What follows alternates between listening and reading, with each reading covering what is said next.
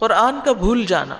عبداللہ بن مسعود رضی اللہ عنہ روایت کرتے ہیں، نبی کریم صلی اللہ علیہ وسلم نے فرمایا، کسی کا یہ کہنا کتنا برا ہے کہ میں فلاں فلاں آیت بھول گیا ہوں، لیکن وہ بھلوا دیا گیا۔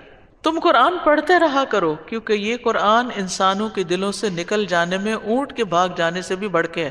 تو یہاں پر یہ کہنا کہ میں یہ قرآن بھول گیا ہوں، یہ کوئی فخر کی بات نہیں ہے، بڑی ہی ناپسندیدہ بات ہے۔ اس کے دو معنی کیے جاتے ہیں کہ میں بھلوا دیا گیا، تو کس نے بھلوایا؟ نمبر ایک، اس کی نسبت اللہ تعالیٰ کی طرف کی جاتی کہ اللہ ہی سارے اعمال کا خالق ہے، اور جب کوئی بندہ قرآن کو نہیں پڑھتا تو پھر بھلوا دیا جاتا ہے۔ اور دوسرا یہ کہ شیطان پیچھے لگ جاتا ہے، غافل کر دیتا ہے اور بلا دیتا ہے، انسان کو اور کاموں میں لگا دیتا ہے اور قرآن بھول جاتا ہے۔ پھر اسی طرح یہ ہے کہ نسیان کو اپنی طرف منسوب نہ کرے، یہ مقصود ہے یہاں۔ اور صاحب قرآن قرآن میں کوتاہی سے بچے، روزانہ اپنے لیے ورد مقرر کرے۔ اور قرآن کو بھولنے کی دو بڑی وجوہات ہوتی ہیں، ایک تو مزاج اور فطرت کا تقاضا ہوتا ہے، اور دوسرے قرآن سے روگردانی اور اس کی پرواہ نہ کرنا۔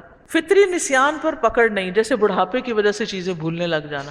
وہ انسان صرف قرآن نہیں بھولتا، وہ تو اپنے بچوں کے نام بھی بھول جاتا ہے، لیکن اس کا یہ مطلب نہیں کہ اس کو قیامت کے دن اجر نہیں ملے گا، نہیں، جب تک وہ ہوش و حواس میں تھا وہ اس کی حفاظت کرتا رہا۔ اور یہ فطری نسیان جو ہے، یہ رسول اللہ صلی اللہ علیہ وسلم سے بھی سرزد ہوا تھا۔ آپ نے لوگوں کو نماز پڑھائی تو آپ ایک آیت بھول گئے، پھر جب آپ نے سلام پھیرا تو ابی ابن کعب نے آپ کو وہ آیت یاد دلائی، تو آپ نے فرمایا تم نے مجھے نماز کے دوران کیوں نہیں یاد دلائی؟